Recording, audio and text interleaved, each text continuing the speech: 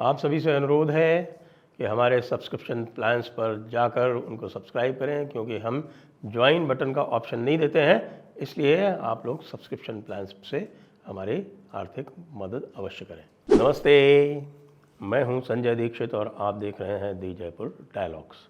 मामला हमारी liquor policy scam में और भी संगीन होता जा रहा है। के कविता को अब सीबीआई ने अरेस्ट कर लिया है और सीबीआई के अरेस्ट के मायने क्या हैं, ईडी के अरेस्ट के मायने क्या हैं, अब आगे इसमें किस प्रकार के और कॉम्प्लिकेशंस केजरीवाल के लिए आने वाले हैं। सीबीआई के कविता को प्रिवेंशन ऑफ करप्शन एक्ट के अंतर्गत अरेस्ट कर चुकी है और आज के कविता की रिमांड भी हो गई 5 दिन की।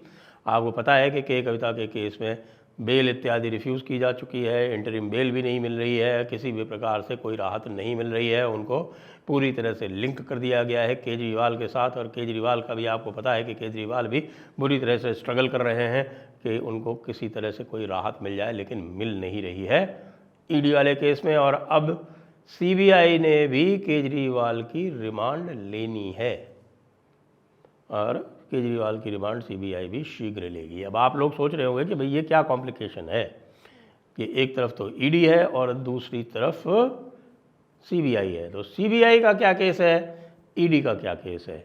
सीबीआई का केस जो है वो है लिकर पॉलिसी को फ्रेम करने में जो भ्रष्टाचार हुआ है उसको लेकर, और उसका जो मुख्य मुद्दा ये है कि लिकर पॉलिसी जो बनाई गई वो इर्रेगुलर तरीके से बनाई गई। ये प्रिवेंशन ऑफ करप्शन एक्ट का मामला है। प्रिवेंशन ऑफ करप्शन एक्ट जो कि ईडी नहीं देखती। वैसे यदि मान लीजिए कि सीबीआई में केस होता और उसमें दूसरे धाराएं लगी होती तो सीबीआई पूरा देख लेती, लेकिन ईडी केवल पीएमएलए एक्ट देखती है। और ईडी ये देख रही है कि इसमें क्या मनी लॉन्ड्रिंग हुई, यानी क्या हवाला से पैसा आया। वैसे जिसको बोलते हैं ना prevention of money laundering act, वो आप सीधी भाषा में ये जान सकते हैं कि वो ये कहता है कि भाई हवाला से पैसे का लेन देन और उसका जो उसकी जो रोकथाम है वो पीएमएलए के अंतर्गत होती है। तो वो तो जो 100 करोड़ रुपया जो ट्रांसफ़र हुआ, और वो 100 करोड़ रुपया ट्रांसफ़र हुआ, सीधे ट्रांसफ़र हुआ या 4 अलग अलग चैनल से, जिनकी बात की जा रही है कि 4 अलग अलग चैनल से गोवा भेजा गया, गोवा में फिर वो कैंडिडेट्स को बांटा गया, कैंडिडेट्स ने अलग अलग स्वीकार किया कि हाँ ये पैसा मिला है। तो ये तो केस है ईडी का कि ये हवाला के ज़रिए पैसा दिया गया और पैसे का उपयोग हुआ, ये केस है ईडी का। लेकिन लिकर पॉलिसी बनाई गई पैसा लेने के लिए, ये केस है सीबीआई का। अब आप ये देखिए, मामला तो वैसे सीधा सा लगता है लेकिन है इतना सीधा नहीं। अब दोनों केसेस इंटरलिंक्ड भी हैं। यदि ईडी का केस सिद्ध हो जाता है तो सीबीआई का केस भी स्वयमेव सिद्ध हो जाएगा, लेकिन सीबीआई का केस चूँकि प्रिवेंशन ऑफ करप्शन एक्ट में है तो वो अलग से चलेगा, उसका कोर्ट भी अलग होगा। प्रिवेंशन ऑफ करप्शन एक्ट के लिए अलग से कोर्ट बना हुआ है। के कविता के गिरफ्तार होने के मायने क्या है केजरीवाल के लिए? बहुत गंभीर मायने हैं, क्योंकि केजरीवाल के कारण ही के कविता पीसी एक्ट में अरेस्ट हुई है। देखिए, पीसी एक्ट में 1988 में बदलाव हुआ था। पहले जो था वो पीसी एक्ट में ये होता था कि जो घूस लेता था, जो रिश्वत लेता था, वो ही पकड़ा जाता था। रिश्वत लेता था या जो कोई अनैतिक कार्य, जो भ्रष्टाचारी का जो कार्य करता था, जो सरकारी मुलाजिम होता था, केवल वो ही पकड़ा जाता था। जो रिश्वत देने वाला जो गैर सरकारी व्यक्ति होता था वो तब ही पकड़ा जा सकता था जब उसके साथ उसका डायरेक्ट लिंक हो, और केस उसके ऊपर दर्ज नहीं होता था, वो कंस्पिरेटर के रूप में ही किया जा सकता था। यहाँ पर दोनों ही आईपीसी के अनुसार दोनों ही, यानी कि के कविता, क्योंकि के कविता एमएलसी थी आंध्र प्रदेश सरकार में और ये तो चीफ मिनिस्टर थे, ये दोनों पब्लिक सर्वेंट के परिभाषा में आते हैं। तो वैसे भी ये पब्लिक सर्वेंट के हैसियत से आ जाते हैं, लेकिन कार्य जो इन्होंने किया है वो अपनी जो इनकी हैसियत थी पब्लिक सर्वेंट की उसके दुरुपयोग का है। दुरुपयोग किया किसने? केजरीवाल ने। दुरुपयोग कराया किसने? के कविता ने। दोनों पब्लिक सर्वेंट हैं, लेकिन कार्य जो है वो पूरी तरह से गैर कानूनी है। इसलिए ये दोनों के दोनों प्रिवेंशन ऑफ करप्शन एक्ट 1988 की परिभाषा में आते हुए पकड़े गए हैं। अब सीबीआई क्या पूछताछ करेगी इनसे? सीबीआई इनसे पूछताछ करेगी कि भाई आपने किस प्रकार की पॉलिसी डिक्टेट की थी, क्योंकि पॉलिसी जो थी 100 करोड़ रुपए और जितना भी जो भी तय हुआ था उसके अनुसार ये था कि जैसा आप बताएंगी वैसी पॉलिसी बना दी जाएगी।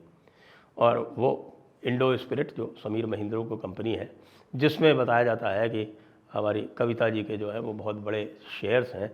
ये जो मामला है ये इंडो स्पिरिट वाला और जो शेयर्स वाले मामले हैं, ये उन्होंने छुपी हुई, यानी कि जिसको बोलते हैं कि हिडन कंसील्ड पार्टनरशिप करी उसमें वो पिल्लई, अरुण पिल्लई के माध्यम से। ये केस सीबीआई का केस है और इंडो स्पिरिट के माध्यम से सिर्फ उन्होंने पॉलिसी डिक्टेट की हमारे सर जी को, और सर जी ने जो है उसके हिसाब से सिसोदिया को बोला, सिसोदिया ने उसके तरह से पॉलिसी बनाई, पॉलिसी बना के आगे भेजी, पॉलिसी के हिसाब से उसका कुछ तो इम्प्लीमेंटेशन भी आरंभ कर दिया बिना फुल अप्रूवल के। और बाद में फिर जब नए एलजी ने आकर उस पर आपत्ति की तो उस पॉलिसी को फिर विड्रॉ भी कर लिया। डर गए, उनको लगा कि भैया इसमें जो है मामला आगे तक चला जाएगा, लेकिन मामला तो पहले ही आगे जा चुका था, क्योंकि उन्होंने जो बेनिफिट्स देने थे वो तो पहले ही देने शुरू कर दिए थे। कोविड में तो बहुत सारे दे भी दिए थे, आपने देखा होगा ना। कोविड में अचानक बाढ़ आ गई थी सरकारी दुकानों की, और वो सरकारी दुकानें जो हैं वो गली गली कुचे कुचे खुल गई थी, और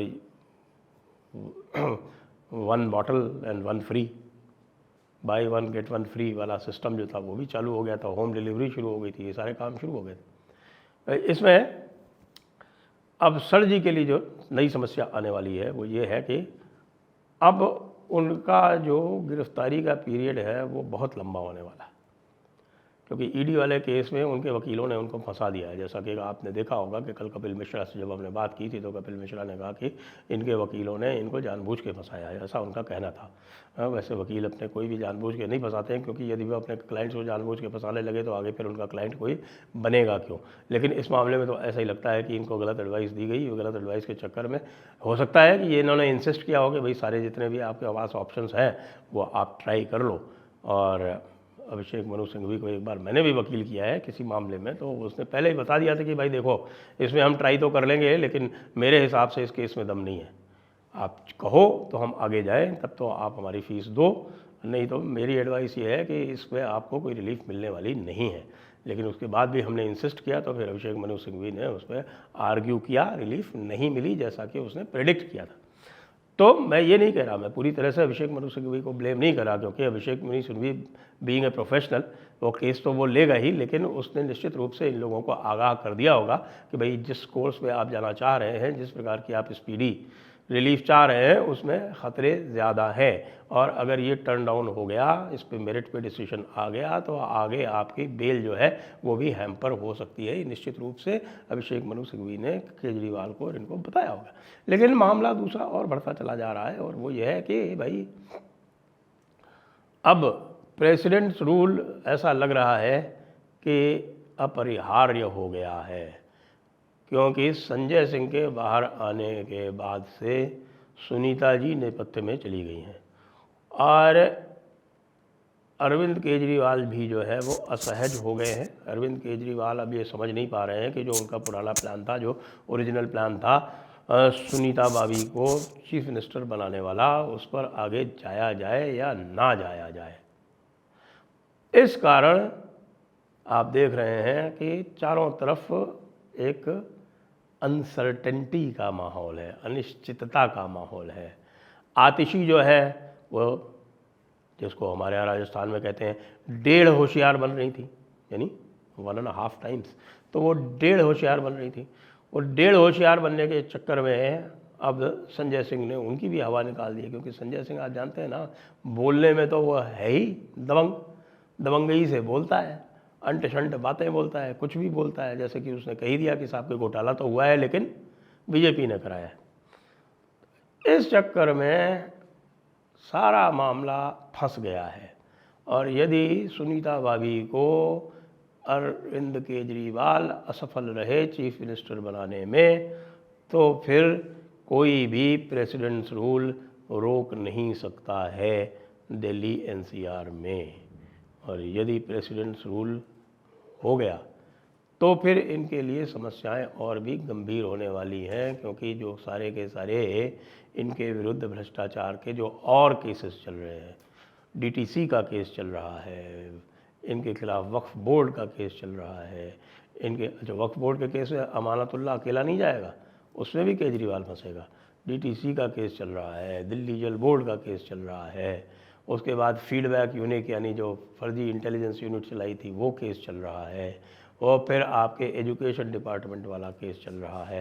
तो ये सारे केसेस जो हैं, चूँकि इनके पास अभी सत्ता है, इसको इन्होंने रोक के रखा हुआ है, फाइलें इत्यादि जो है वो देते नहीं हैं, सारी समस्याएं क्रिएट करते हैं।